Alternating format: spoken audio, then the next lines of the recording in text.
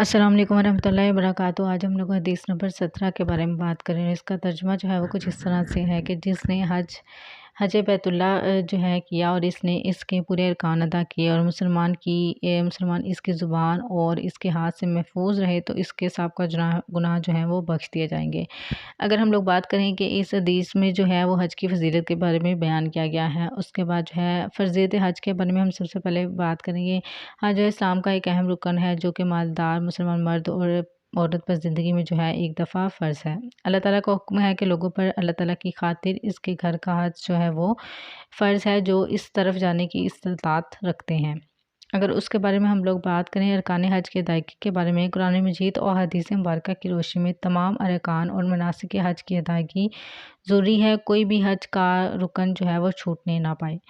उसके बाद अगर हम बात करें मुसलमानों की सलामती के बारे में, तो हज के मौका पर दुनिया भर के मुसलमान मक्का मुकरमा में इकट्ठे होते हैं। इस अजीम इज्तिमा के मौका पर नज़्म व ज़ब्त की पाबंदी करना, अपनी ज़ुबान और हाथ से किसी दूसरे मुसलमान को तकलीफ़ ना पहुँचाना बड़ा ज़रूरी है। इस मौका पर सब्र और बर्दाश्त से जो है वो काम लिया जाए, किसी की दिल आज़ारी का बाइस ना बने।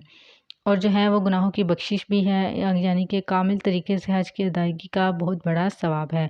नबी करीम सल्लल्लाहु अलैहि वसल्लम ने फरमाया, जिसने अल्लाह ताला की खातिर हज किया और कोई भी हयाई काम ना किया तो वह हज से वापसी इस तरह लौटेगा जिस तरह वो अभी पैदा हुआ है। यानी जिस तरह पैदा होते ही वक्त जो है इंसान गुनाहों से पाक होता है, हज के बाद वो इसी तरह गुनाहों से पाक हो जाता है। मज़कूरा हदीस में भी यही ज़िक्र किया गया है कि जिसने हज के मनासिक सही तरीके से अदा किए और किसी मुसलमान को अपनी ज़ुबान और हाथ से तकलीफ़ ना पहुँचाए तो इसके सबका सारे गुनाह जो हैं वो माफ़ कर दिए जाएंगे।